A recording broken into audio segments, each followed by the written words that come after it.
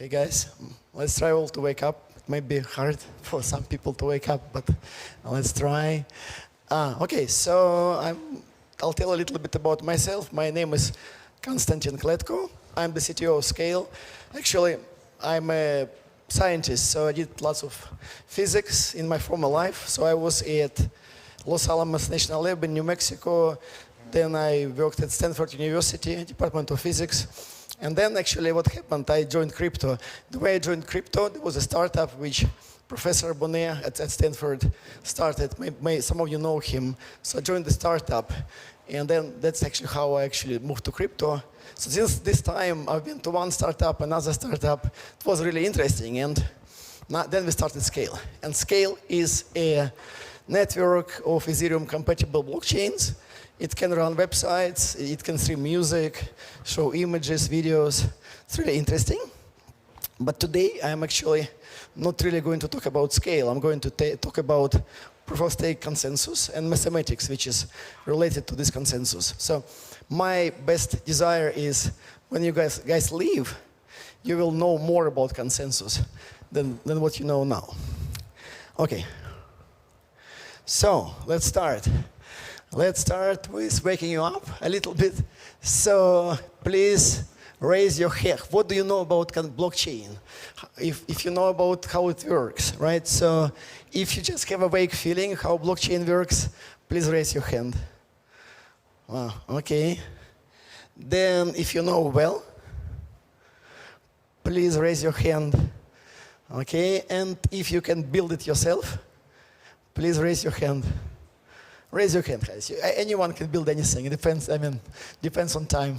Just raise your hands. Anyway, so hopefully after this conversation today, more of you will know more about blockchain. Okay, so that's a very simple definition. Blockchain is a network of computers that accepts transactions from users. Users usually send money, or they try to make money. So these are transactions. They send something to the blockchain.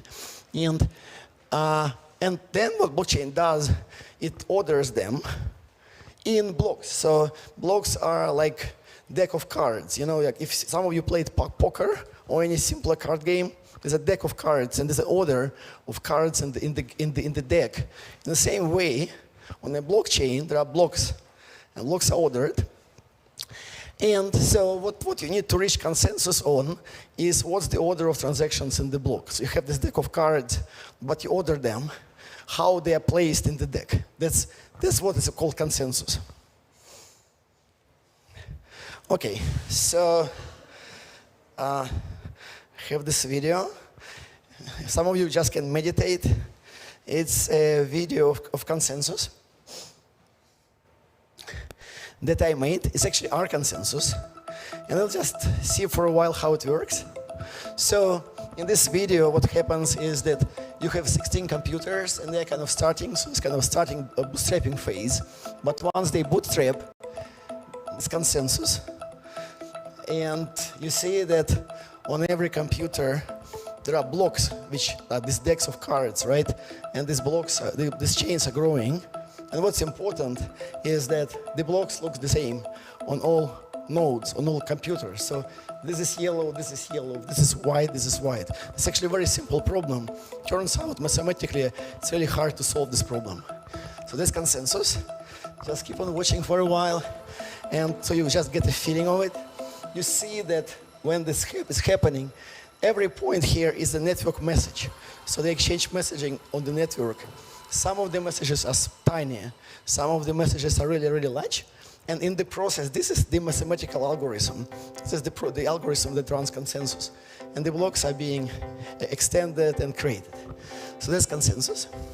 Actually, that was a live one. So before this conference, I made a small tweak in our blockchain. And every time a computer would send a message, it would actually like create this point. So actually, what you've seen is actual real consensus. OK, so let's come back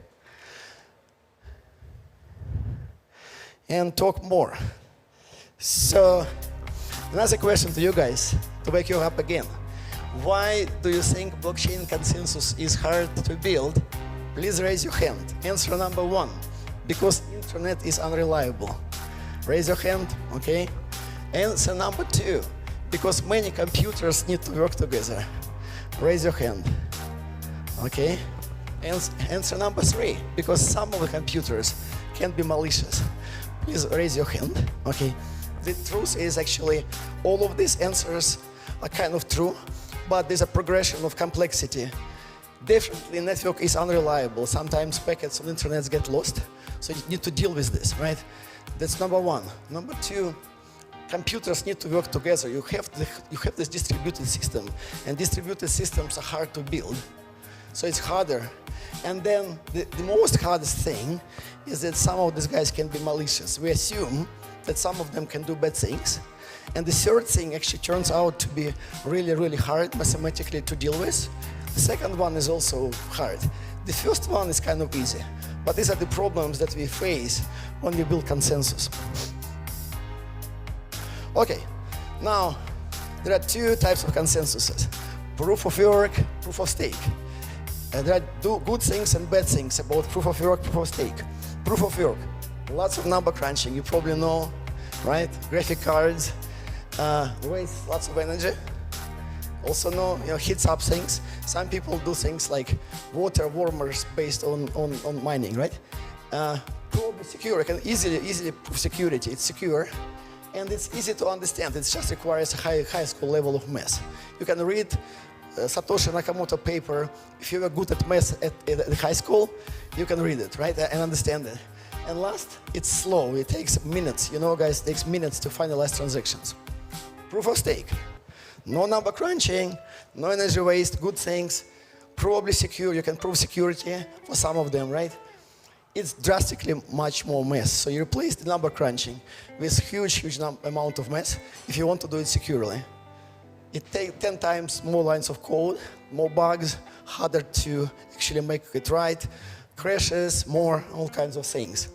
It's probably secure, as I said, and requires probably a graduate level of knowledge of mathematics. If you don't have a graduate level knowledge of mathematics, you can build it, but it won't be secure. And it's fast. As you've seen just here, the finalization time is seconds.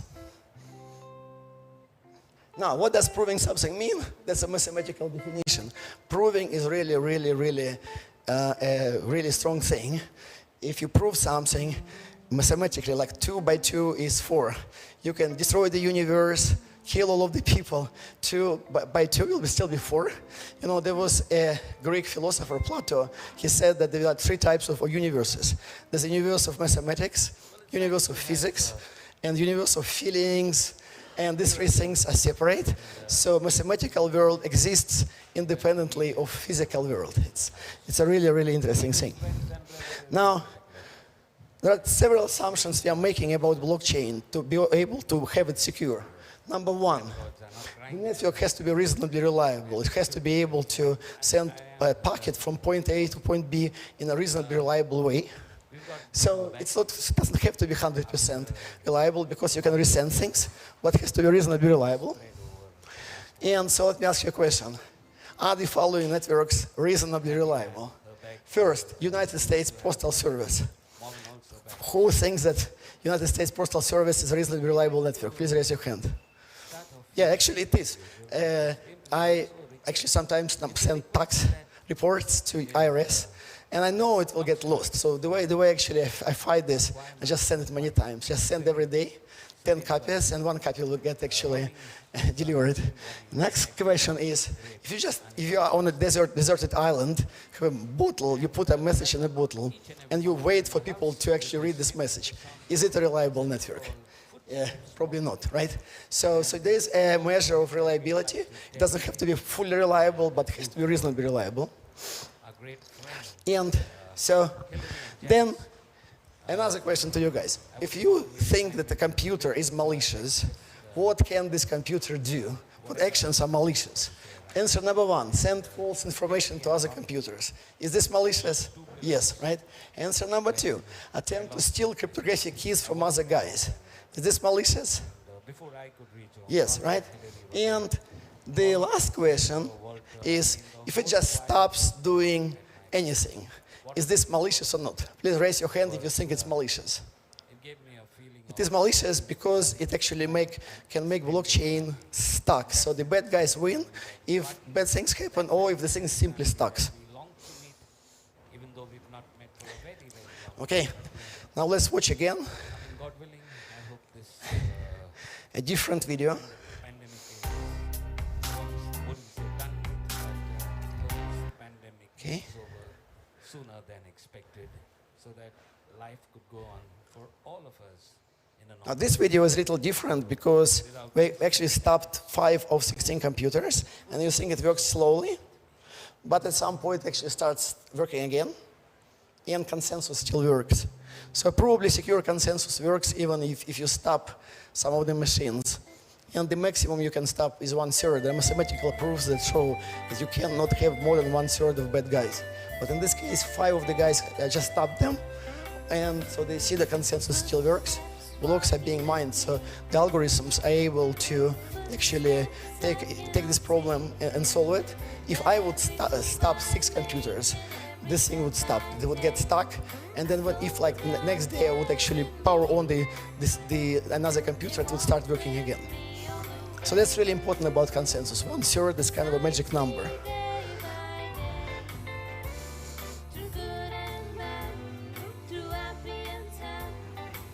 Okay. Now, really something that you need to know. If you need to remember one thing after this presentation, that's this slide. A blockchain, a probably secure blockchain, is hard to build, but there are phases, and if you make every phase secure, the entire thing is secure, right? If you make a meal and you want it to be fat-free, if every ingredient is fat-free, the entire meal is fat-free. Same as here. If every phase is secure, the entire thing is secure. And these phases are incredibly important for every consensus. So what are the phases? First phase is super simple. Okay, so we have a mathematical framework that actually splits things, and our blockchain is one implementation of this framework where, as I said again, if every phase is secure, the entire thing is secure. You can take our source code and change things on every phase, change the mathematical algorithms, and as long as the phases stay secure, the entire thing is going to stay secure. Okay, so let's talk about phases. First phase, super simple. Maybe many of you know it, many of you did it, right? You set the transaction to the blockchain and it just goes somewhere. Usually it goes to something which is called a pending queue on every node. It's really simple. The browser sends it, you know, your mobile app may send it. At this moment there are these pending queues, but pending queues are chaotic, they're not ordered, and you need to order them in blocks. Second phase, super important, it's proposal phase. One node, many nodes need to form proposals, and a proposal is a block that wants to be, but there could be many of them. There could be many proposers. So because of this, the next phase is that's where you decide which proposal wins, and you need to have an algorithm that decides. This actual algorithm is called consensus. I'm going to talk about this later. And then there's a always kind of a signature phase. The blocks needs to be signed for historical reasons. If you like next year you want to validate the blockchain, you want to have the signature, so you need to sign the block. And then ultimately there's an interesting phase which is called finalization phase. By this phase, by the previous phase, not all computers may have the block, the winning block.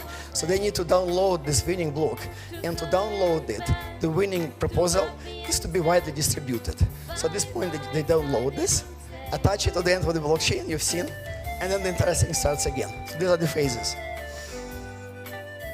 Now really let's watch really fast and try to identify phases. So if you look at how it runs, you see that there are some like tiny messages, big messages. Like these are like tiny, and now I'm gonna have like bigger ones, like these ones, and the bigger ones are proposals, and the tiny ones are consensus messages, networking messages. So this is phases which keep on happening. If you just watch this for a while, you'll kind of see this pattern of phases, the periodicity of it. Okay? So, then blockchain, as you guys now see, is a game. There are bad guys, good guys. Bad guys win if everything is fine, blockchains are mined, and the system is not stuck. bad guys win if the blockchain is stuck or diverges, meaning that it looks differently on different nodes. You've seen just on video that in our case it was looking exactly the same on all nodes. If it diverges, bad guys win. And actually, mathematical proof means you prove that if there are less than 1/3 of bad guys, good guys always win. Okay, the proposal phase, let's talk about this a little more. This is where question is, during the proposal phase, what makes it a bad guy, a malicious guy? If we understand it, we can then later fix this problem. We can address the problem. So what makes it a bad guy, a bad proposer? Bad proposer can do a corrupt proposal, right? Something which doesn't make sense. Then it can propose different proposals to different parties, to different computers, and then the blockchain will diverge. That's really, really bad. Another bad thing that can be done is never propose. You don't propose, you hope that you will get things stuck. And also, you never distribute a proposal widely. So we've seen this finalization phase. If the proposal is not distributed widely, then guys at the finalization phase won't be able to download this. All of these are bad things, and what we need to do mathematically is to fix and address all of them, and then it becomes probably secure. So a magic object is threshold signature in particular. There's a way to do it using threshold signature. There's some other ways, but I'm going to talk about threshold signature way, which is really efficient.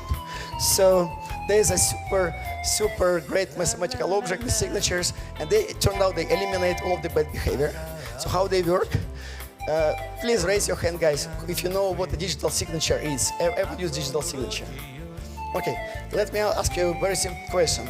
If you don't have your private key, can you create digital signature? Yes or no? If you think yes, please raise your hand.